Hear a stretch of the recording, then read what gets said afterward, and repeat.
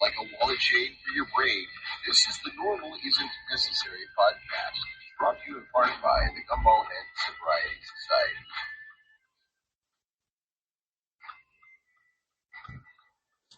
Society. Good afternoon, morning, ladies and gentlemen.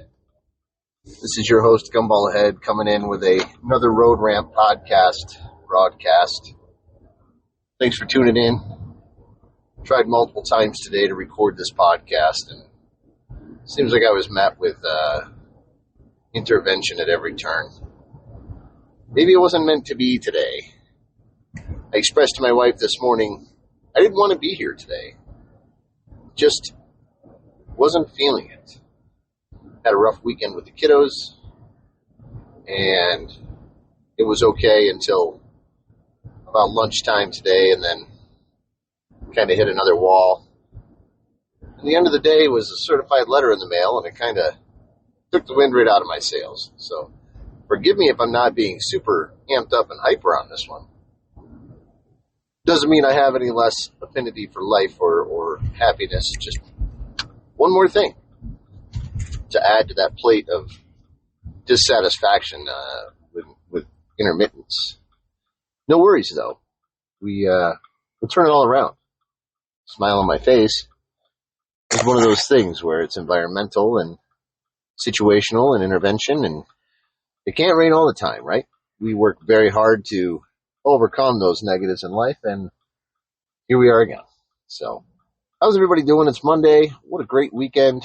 Even though I just said I had a rough weekend, I had a rough weekend because of the behavior of the children. Just learning some things, just learning how they do things a little bit, and teaching them some stuff and changing behaviors. So I picked my 16-year-old up from work yesterday, and I told him, I said, your brother was kind of a poop nugget. And when he left for work, his brother, his little brother, was kind of a brat, and no big deal. It's part of growing up. It's part of learning your boundaries, part of asserting the things that, you do as a child, learning what's allowed, what's not allowed. And then I mentioned that his little sister, his 2-year-old sister, was also not the nicest person on the planet. But, by the end of the day, everybody calmed down and went to bed, and we all lived happily ever after. Now, these types of things are going to happen regardless of who you are, regardless of the mode of parenting or mode of, mindset.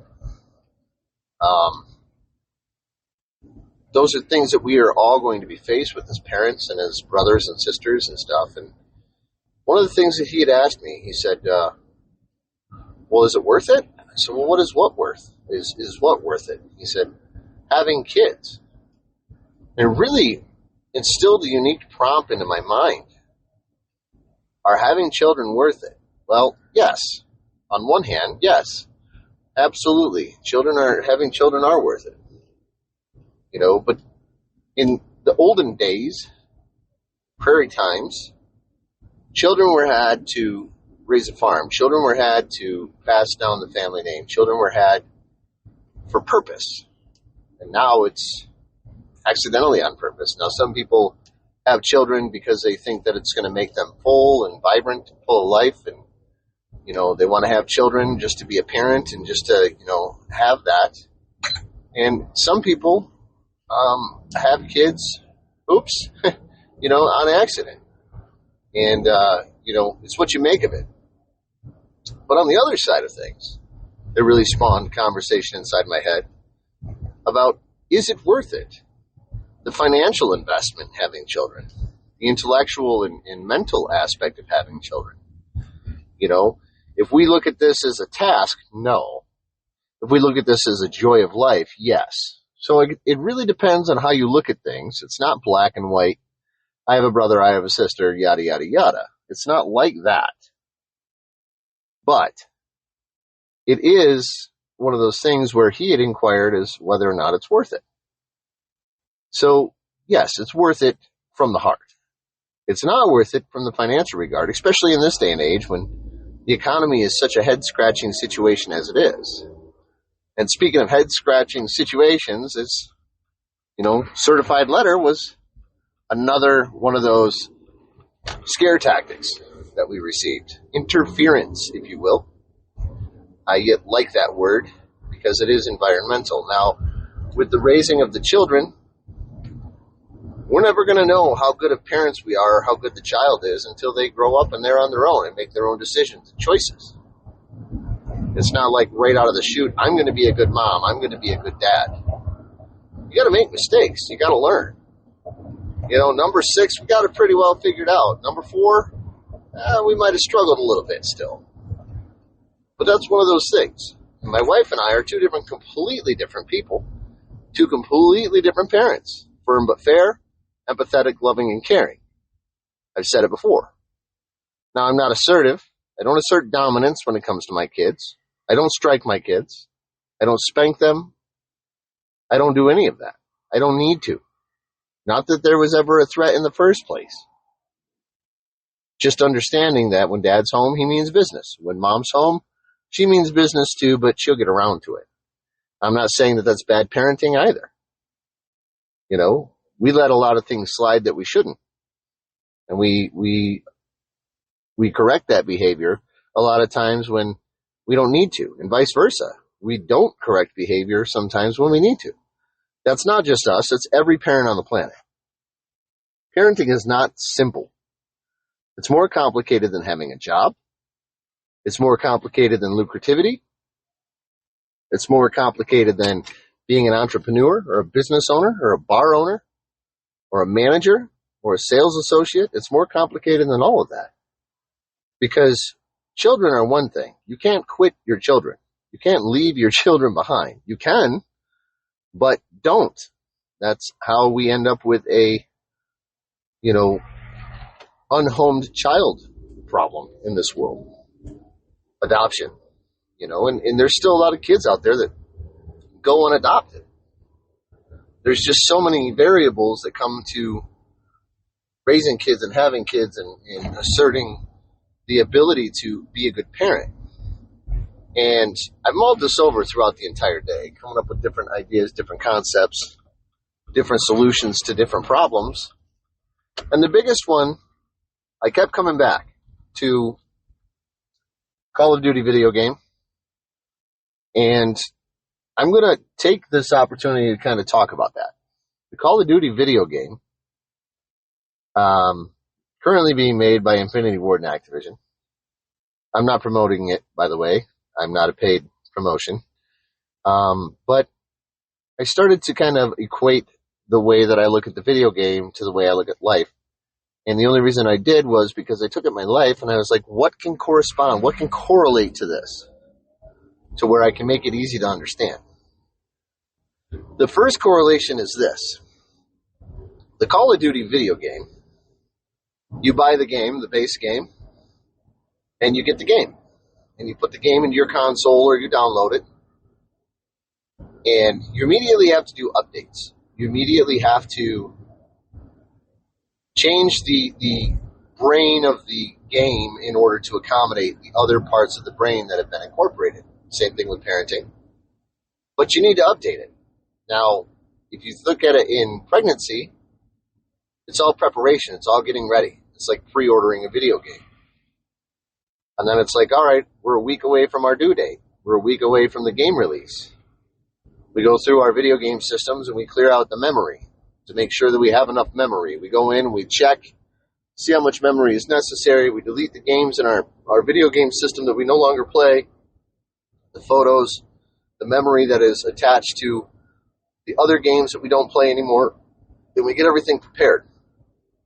Same thing with parenting. We're a week away from the due date. Do we have everything that we need? Are we stocked up on diapers? Are we stocked up on medicine? Do we have our thermometers? Do we have wipes? Do we have a place for the baby to sleep? Do we have clothes for the baby to sleep in? And do we have stuff to bring the baby home in? We have our doctors lined up. Do we have work squared away?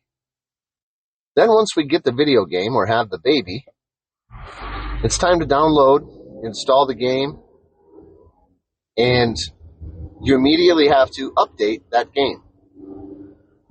you immediately have to change some things once you get it. So if you're playing on a disk system, the disk goes in and then it says update required. And that update is just getting your gaming system ready to go. That's your 3 days in the hospital. That's updating your memory system. That's updating your necessities. That's updating, your brain, because now your life has changed forever. Now, a video game every year, that changes every year. Parenting changes every minute. So parenting is like the accelerated version of a video game. Now, after the update is complete, it's time to play. And after the baby's born, it's time to kind of play as well. But in that instance, you're checking to see if the baby's healthy and happy, and you're going to get some rest, and things are going to change. You're going to be in the hospital. People are going to be coming in at all hours of the night, poking, prodding you, checking you out. The video game is going to be constantly checking to make sure that your Wi-Fi is working, that your systems are all go, that you have enough memory for your software, make sure that the inputs in your controllers are working appropriately, and make sure that your microphone works. And as you go on with the video games, you continuously with Call of Duty or many of the first-person shooters out there, you continuously have options that fly at you on regular intervals. You can get new skins, you can get new guns, you can download new things. Those are optional. You don't have to have those. And Call of Duty, this new Black Ops series, is the first one that I bought that I have not had any affinity to continuously buy skins or guns on the game. I have not needed to do that because it's like, doesn't change the game any. Yeah, it gives you some perks and it gives you some stuff here and there and gives you skins, but here's the thing. On Call of Duty, you download the unicorn gun and the fart finisher to where you can kill the bad guys with farts. And you log in the first time and you realize that you're not the only one with that farting character. You're not the only one with that unicorn gun that shoots out rainbows. There are multiple people playing with that rainbow. So, with that being the case, what happens is the video game system gives you multiple options. When you have a child, things are much the same way. You're not the only one with a child. You're not the only one with a baby. You're not the only one in that hospital that gave birth recently. So now you have to cater yourself for your needs. Not your wants, your needs. But in order to continuously take joy out of the game, the producers of the game make new maps, they make new game modes, they make new concepts, they make new ideas, there's new art, there's new this, there's new that. My apologies. We do that with our children too. Because there's a new experience every day. We've got a child that's about ready to start walking. We didn't buy the skin for that one. We just know that over time, our child will eventually walk. With our 4-year-old, almost 5 now, we didn't know if he was going to. We got to a point where it was like, all right, cool, we don't need to buy any more skins. We don't need any more surgeries. We don't need any more, upkeep or updates. Now we're at the point where it's time to update the game to where we need to find a clubfoot specialist for #running talk in order to make his life better. And he calls them special feet because that's what his mom calls them. And they are special feet. Boy can dance. Boy can be fancy. The boy can, shimmy and shake. But he walks with a very interesting gait.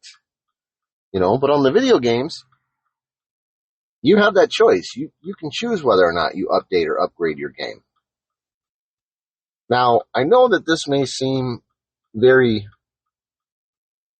far-fetched in the real world, but you got to understand, a majority of the people that follow me know that I'm going to always try to kind of curate the concepts into something that's a little bit more relatable and make it a little easier to digest, if you will. Make it a little easier to understand. So this correlation isn't so far out there. Parents out there that don't play video games, you have to understand, too, that there are a lot of exploits in these video games. There are a lot of people out there that can influence our children. There are a lot of people out there that will bully our children because they don't have the newest skins or the newest fart gun, kill, skin, whatever. And I've heard it. I've seen it. I've played with the people that sit there and they do that. And then we have the voice system. Now they have a AI chatbot that you say the wrong thing, you get chat banned. There's no appeal. Can't change it. You just kind of live with what they got. Anywhere ranging from 12 hours to 2 weeks. It's a timeout for your voice. So you can't communicate with the people in the primary lobby. When it comes to our children, however, we don't have that option. We don't have that option. But the time that we spend away from our work is that option. We can choose to share all the happy-go-lucky joy times with our friends and family, or we could just be private, be quiet, leave it to ourselves, leave it to our own volition to determine whether or not we have the ability to make that choice to talk about it, to make that choice to communicate about it. That's the protection that we have based on HIPAA. That's the protection that we have based on our employers to give us the maternity and paternity leaves if they so desire. Now with video games, as you play them, they get stale over time. This is where things get different. This is where we can differentiate the difference between a video game and a child. Our children are constantly growing, learning, understanding, trying, failing, progressing, relapsing, falling backwards, going backwards. You got sleep regression over time. After a period of time of sleep regression, it's frustrating. It usually lasts 2 to 4 weeks, where a child will get about 6 months old, and they decide, hey, you know what? My clock is wonky. I'm going to wake up at 2 o'clock in the morning and keep my parents up until 5 a.m. And then dad finally gets back to sleep until they have to get up for work at 6. So that's not me, by the way. I don't get up with my children. My wife does that. She's amazing and remarkable in that regard. However, I am not against it. I just don't do it because I don't hear them because I sleep like the dead. But as we continue on with these video games and continue on with these experiences, with that we get that great joy. So as we see our children progress and they hit their milestones, after 6, you kind of know what's going to happen. The joy is there still, but it's on a completely different level. And it's like, oh, you walked before you were 1. Awesome. Our baby just turned 1. She's more ready to potty train than she is to walk. She's in excellent health, but she's more ready to potty train than she is to walk. And she'll take her diaper off when she gets ready to go pee, and she'll pee half in the diaper and half on the floor. Thankfully, we don't have carpet in our apartment, in our town home, if you will. But we have seen those milestones, and we have advanced those milestones, and we've been through these milestones with each child. Each individual child is special to us, and they have reached different milestones at different times in their lives. That doesn't make it any less exceptional. It doesn't make it any less important to us. It's just different progressions. So now we look at progression on the video games. The more you play, the more progression you have, the more levels you have, the more accomplishments you make, the more things that you do, by getting headshots or kill streaks or, overall kills or leveling up. That's what we do as parents. We exceed the ability eventually when we become a prestige master. And that's when we've got parenting licked and the kids start to go off on their own and start breaking away from those safety ropes that the parents give the child. That's when it's like, okay, well, you've got a really cool emblem next to your name. You must play this game a lot. I do. I walk around every day with my gold star. Because I have a lot of kids. I've been through a lot of shit. I got a grandchild, for crying out loud. But that's not without me failing multiple times. It's not without me learning how to do things a different way. That's not without me learning how to change the setup of my guns or change the skins on my characters. I don't care about the skins on the characters. I don't care about tangible stuff so much anymore. But prior to this game series, I was constantly at least trying to buy or earn certain things. Now I just turn it on and I play it. I don't really have to think about things. I just turn it on and I play. And once I removed that variable of stressing out about different upgrades on the video game, I started to enjoy it a lot more. And yeah, sometimes I'm playing it till 4 a.m. Sometimes I play 2 rounds and I'm like, I'm done. That's all based on experience overall. That's based on understanding that, we get to a point where it's enough is enough, and we need to focus our energies elsewhere. When it comes to parenting, we start doing that. And my wife and I have recently had a conversation. She had told me that she had done her fingernails. She painted her fingernails the other day. She did some dips. And I said, one of the greatest things about that is I used to say you didn't have to do that for me. But in my old age, I realized that she's not doing that for me. She's not doing it as a result of her trying to make me appeal to her. I love her no matter what. She knows that. It started to dawn on me that she does it for her. She does it to maintain that grasp on her youth, or sitting around and looking at the world around her and understanding that the world is changing and she is changing too. So it makes her feel pretty. It makes her feel young. It makes her feel accomplished because she was able to do something for herself. That's that level up.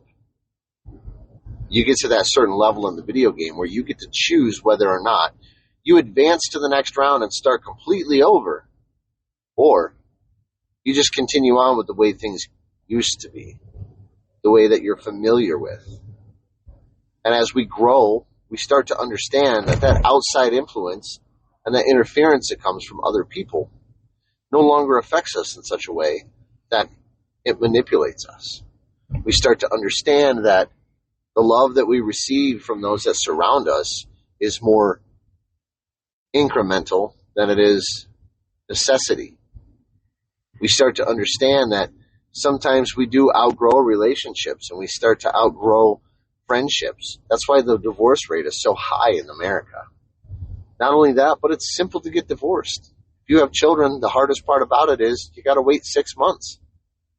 You got to wait and make sure. And that's in Michigan. I don't even know what it's like in the other 49 states. I've never gotten divorced in another state. But it's not that difficult.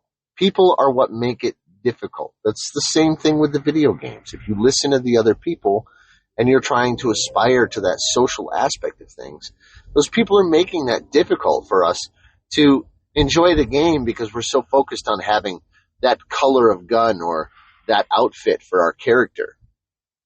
And this applies, by the way, not just to Call of Duty, but Fortnite, Minecraft, all of the games. All of those out there that are customizable. Skateboard games, snowboard games, yada, yada, yada. And with that, everything comes at a cost. Whether it's in-game currency, whether it's real money, whether it's cryptocurrency, or whether it's, being a part of, some beta testing or whatever, it all comes with a cost. We don't take that into consideration when we're playing video games because video games are mindless.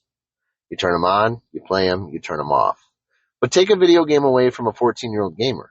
You just ruin their life. You just punish them for enjoying themselves. Take a video game away from a introverted 16-year-old. You just change their mindset. Now let me throw this curveball out there. Take away TikTok from 160 million people. I had this conversation with another person today. 160 million people. And I've said this recently in other podcasts, but this is where it ties in substantially. 160 million people affected by TikTok. Take 10%. That's 16 million people. that 10%, 10% of all those people were affected by their mental health because we took away their safety net. We took away their friendships. We took away their communication.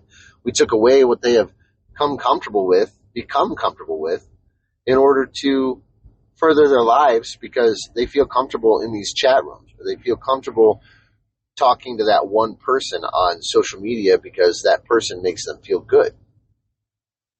Now, take those 16 million people and remove another 10%. 1.6 million people considered potentially harming themselves, harming another, or being successful in the completion of suicide or unaliving themselves as a result of the outcome of the 15-hour ban on TikTok, because it's just like turning the power button off on the television. We were suppressed. We were not allowed to make our own decisions. And we weren't behind the decision to ban TikTok in the first place.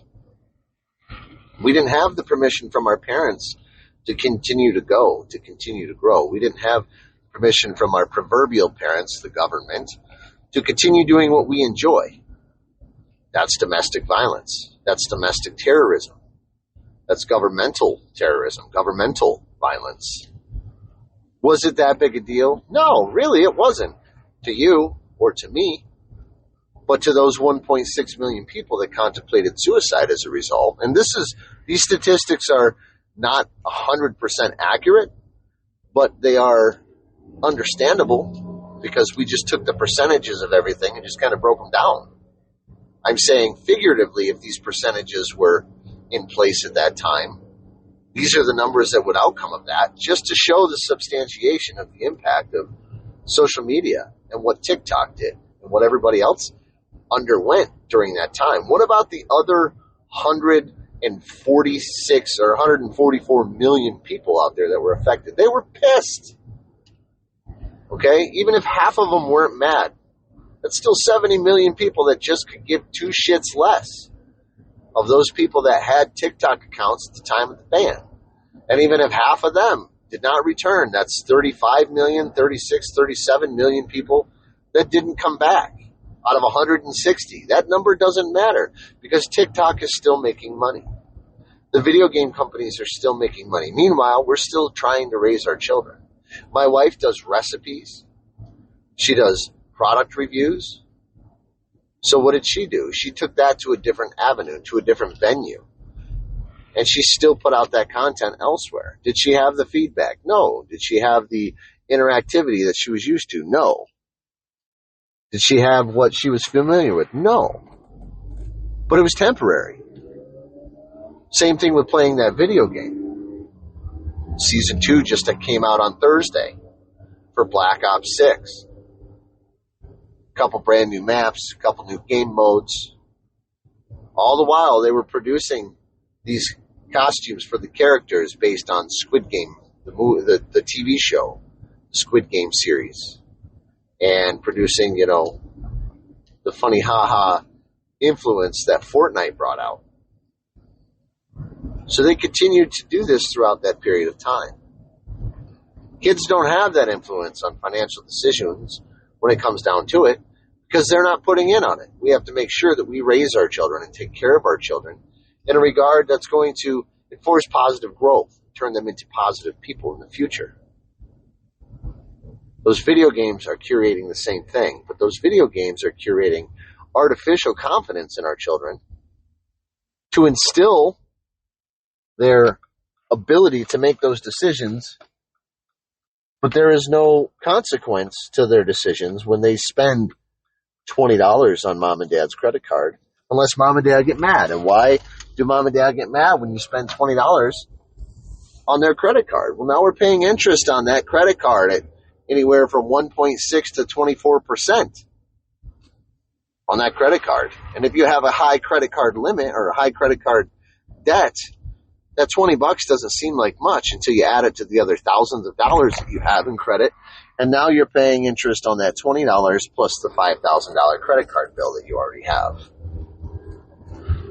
This is all tied into each other, guys.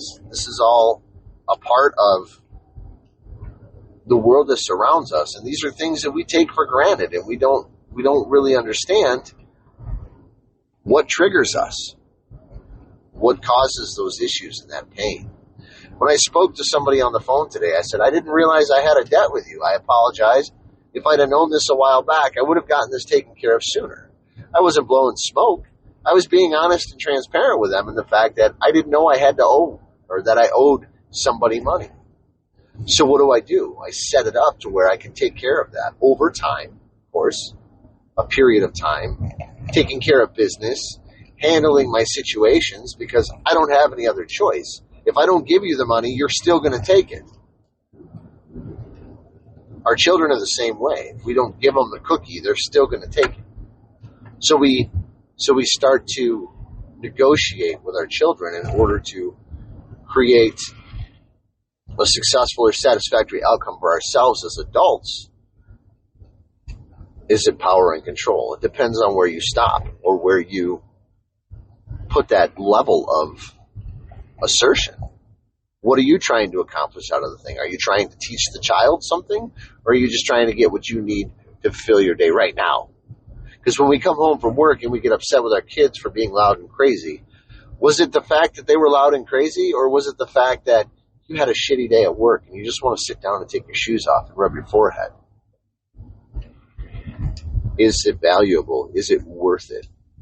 Yes, it's worth it. You just have to make sure that you remember that on those days where you do come home from work and you don't want to play. You don't want to sit down on the couch. You don't want to sit down on the floor with your 2-year-old. You don't want to burp the baby or change their diaper. You don't want to go to baseball practice or soccer practice. You made that choice. You need to live with it. You need to take care of business.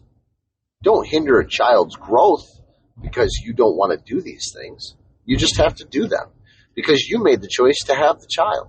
They didn't make the choice to be here. Same thing with making that choice as to whether or not you decide that you want to buy that skin in the video game or put the new gun in the hands of your character.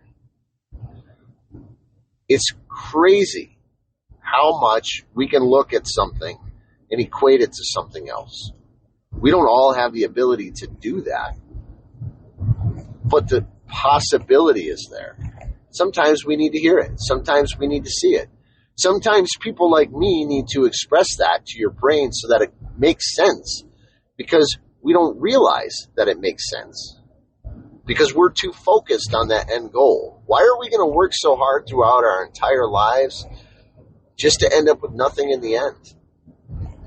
I'm not saying the government has a whole lot to do with it, but video games and technology have really made it difficult. Again, conversation earlier regarding the millions of people affected by TikTok. We didn't grow up with the internet. We didn't know about news 10 seconds after it happened. We didn't have that ability or that possibility or that capability. What we had was a newspaper that came out daily that we had to wait till the next day to see it. And by the time you read it in the newspaper, it's already too late. Shit already happened. Russia invades China. You don't know that until the next day. Nowadays, you know it as it's happening. You've got drones in the air filming the whole thing while CNN broadcasts that across news outlets across the world. Isn't that wild where we've come?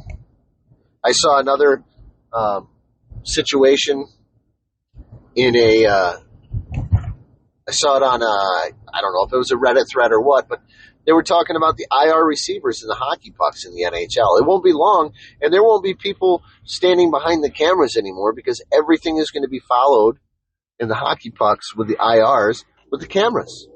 You won't need people to do these jobs anymore. You'll need computer technicians to make sure that the systems don't go down. But we don't have a computer technician that works on our brain. We don't have a computer technician that updates our software on a regular basis. And if you don't have children, this may or may not make sense. If you don't have children, you're never going to understand that those children are the ones that constantly give us those day-to-day updates.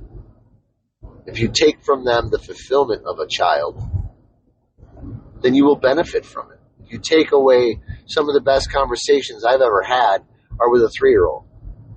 And you know what? Sometimes those conversations are just as simple as, hey, guess what, Dad? What, buddy? I love you. that hits the reboot button. Doesn't matter how bad of a day I had. When I hear I love you, it makes everything worth it. It makes me understand that my children are good kids, that they know where, the delineation between good and bad are.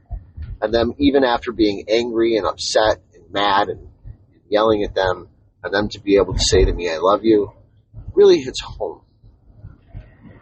So to answer my 16-year-old, is it worth it? Fuck yeah, it's worth it. It's worth every moment. It's not worth it financially, but it is worth it intellectually. My children are what keep me normal, but we all know that normal isn't necessary. My children are what keep me sane. Sanity is not possible in this world of chaos. My children are what keep me humble. If it wasn't for my children, I would have been dead a long time ago. I promise that. And my children are the ones that keep me on the right path and the mindset of love. I look around every single day and wake up in the morning every single day, and I have not been late for work yet since I started working here, because it's that important to me to make sure that I am able to take care of my children, because I have lost jobs because of the way that I feel, and I feel crappy and wake up and say I don't want to go to work.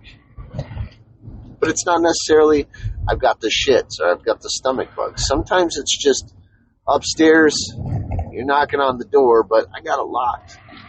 You can't come in. I said something funny the other day. Sometimes our brain works to where our body forgets to put on our socks. And once we do put on our socks, it's like, oh shit, they're wet. So you take them off immediately. Sometimes our brain does that. Sometimes our brain tells us to do one thing and our body tells us to do another thing. Sometimes we just have to listen to our body. Sometimes we have to shut that brain off.